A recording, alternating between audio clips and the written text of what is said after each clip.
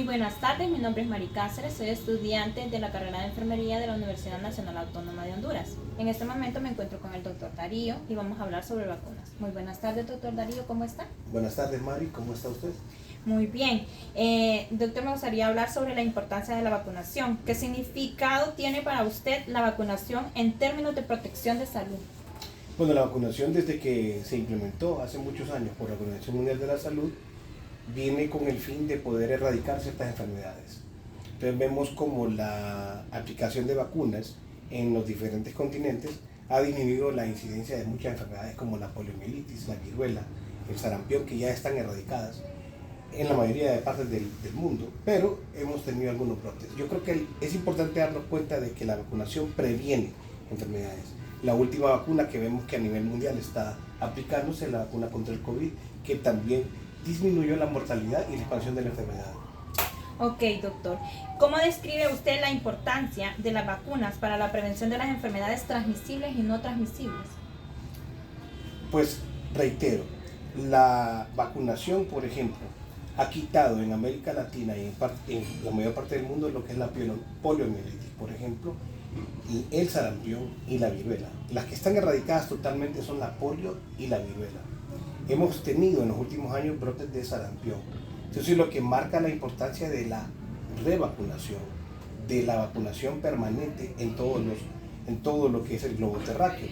Así que sí es importante porque enfermedades como esa, o por ejemplo la vacuna contra la hepatitis B y la hemofiloinfluenza tipo B, disminuyó lo que es radicalmente la meningitis en todo el mundo.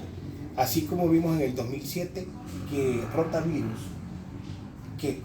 que hacía epidemias completas de mortalidad en menores de 5 años, disminuyó después de que empezó esta vacuna. O sea que es importante la vacunación, por supuesto que sí. Ok, doctor. ¿Cuáles son sus creencias personales respecto a la seguridad y la eficacia de las vacunas?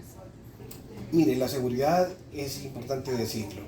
Recuerde que una vacuna requiere de años. Hay vacunas que, por ejemplo, han tardado muchísimo tiempo en construirse. Las últimas que se han hecho, además del COVID, está la vacuna contra el dengue.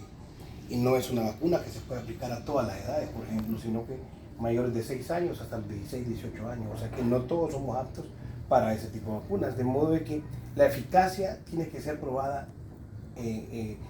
con mucho tiempo. Si hablamos de la vacuna del COVID, por ejemplo, teníamos miedo de que una vacuna que se fabricara muy rápidamente tuviera algunas implicaciones en la salud.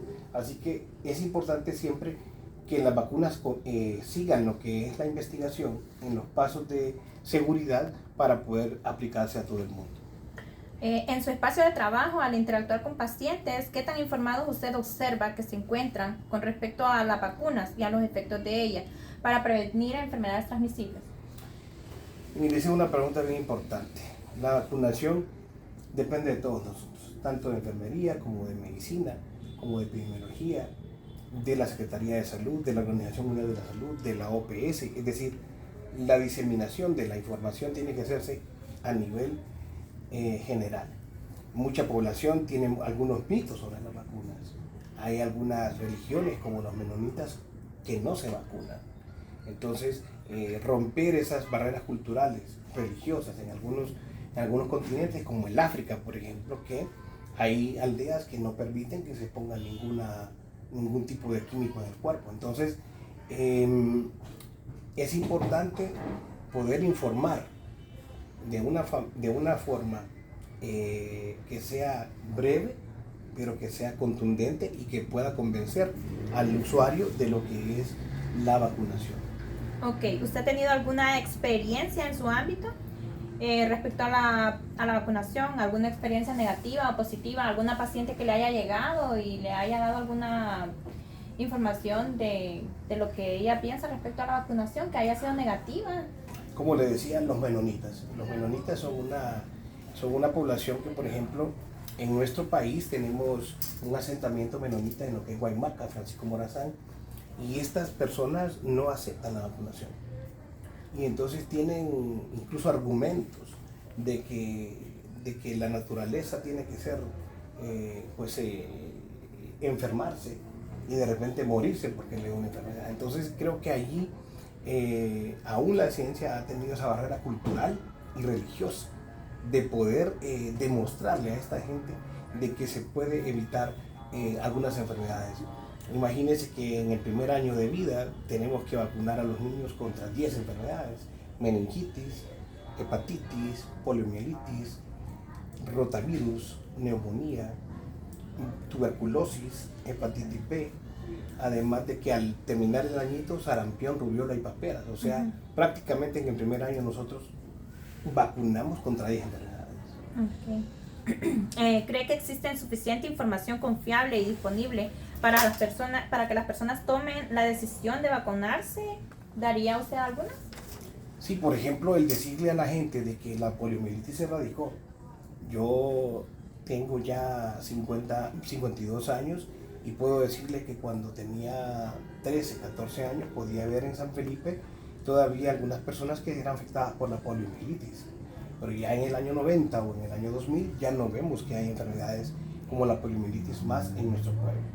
Es decir, gente que tiene esa parálisis flácida en los miembros inferiores, o el sarampión, que hasta hace unos años, unos 2, 3 años, cuando escuchamos de un brote de sarampión en Guatemala, los pediatras de Honduras temblamos porque dijimos, Dios mío, si nos agarra el sarampión otra vez, ¿por qué? Porque produce muchas secuelas a nivel del sistema nervioso central y eso nos asusta. O sea que definitivamente tenemos que estar conscientes de que la vacunación sí previene enfermedades.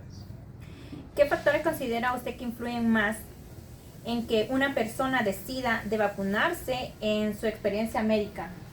La mala información. La mala información, algunas religiones, como decían los menonitas. Creo que es importante que las fuentes sean confiables.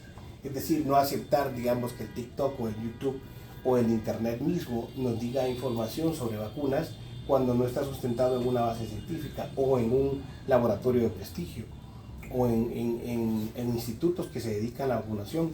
Por ejemplo, el Instituto Sanofi Pasteur en Europa, Pasteur fue el que encontró la vacunación, fue el que se fijó que cambiaban las enfermedades en algunos animales a medida que se enfermaban y después ya no se enfermaban. Entonces así nace la vacunación, así que yo creo que es importante decirlo. La información debe ser de fuentes fidedignas. ¿Cómo cree usted que podría abordarse los mitos y medios comunes relacionados con la vacuna hacia la población? Es una tarea bien ardua, tanto para medicina como para enfermería, como para todo lo que es la estructura. Por ejemplo, en nuestro país, en Honduras, la Secretaría de Salud Pública tiene una ardua labor en lo que es la vacunación. La vacunación tiene que ver con el hecho de educar a la madre y al padre sobre la importancia que tiene la misma.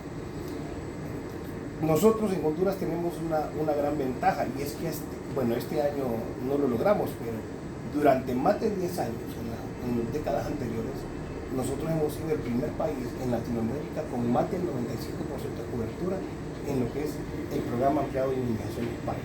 Eso quiere decir de que la información que se hace en cada centro de salud, ya sea una WAPS o un CIS, antes llamado Sésamo, es importante. Creo que también el abordaje que se hace en los hospitales grandes, donde hay un centro de vacunación, de que el bebé no sale si no es vacunado y con su carnet de vacunación contra la hepatitis B y lo que es el bacilo de tuberculosis. ¿Qué consejo daría usted a alguien que tiene dudas o temor sobre la vacunación? Creo que tendríamos que tener esa labor de educación, de convencimiento, de poder decirle, no, mire, yo mismo he visto en 20 años que no he encontrado un caso de poliomielitis, de viruela, de sarampión, que no he visto un caso de hepatitis B que yo haya tenido en mis manos, cuando he visto más de 300.000 niños en mi carrera de pediatra. Entonces, puedo decirle de que estadísticamente hablando, no he visto enfermedades para las cuales hubo una vacunación.